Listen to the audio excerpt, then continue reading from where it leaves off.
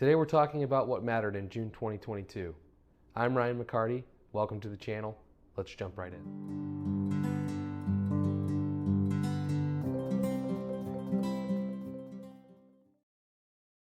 This month saw us taking our yearly trip to Galena, Illinois with the family.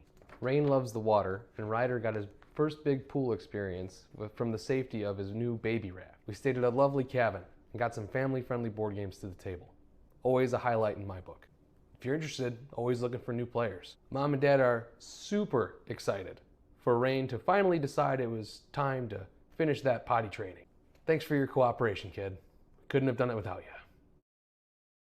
In money news, June continued to see the market take a tumble, with the S&P down about 24% by the end of the month.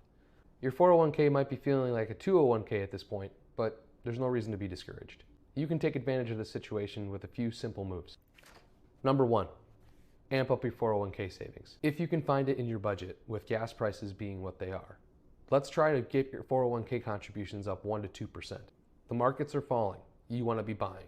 If you amp up your contributions now, you'll reap a lot of dividends. Number 2, change what you're purchasing. Your 401k has a number of investment options available to you.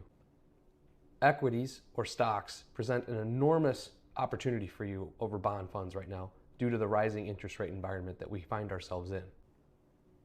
Your risk tolerance may vary, but I highly recommend moving into an equity purchasing mode versus bond purchasing for the foreseeable future.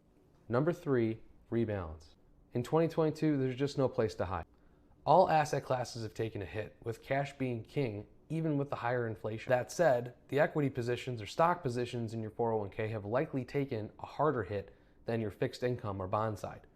If your 401k allocation has drifted, it's likely time to rebalance. If you or anyone you know needs help implementing these tips, please reach out to us. We'd be happy to help. So coming up is July, which brings us to Independence Day, the day in which we celebrate our triumph over the alien invasion that almost took all of humanity. No doubt there will be plenty of cookouts to celebrate. We continue to remain vigilant of the rising inflation and rising interest rate environment. If you haven't done so already, be sure to move your cash to a savings account that provides a real interest rate, something along the lines of 0.75% to 1%. As we approach July, we can see those rates getting even higher. This is how we're going to take advantage of a rising interest rate.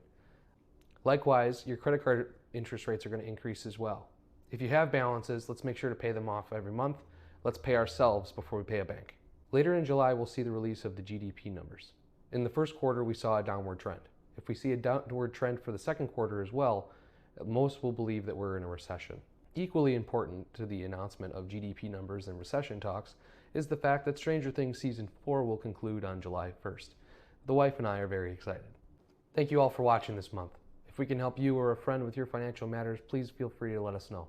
We'll see you again next month with an update on what matters.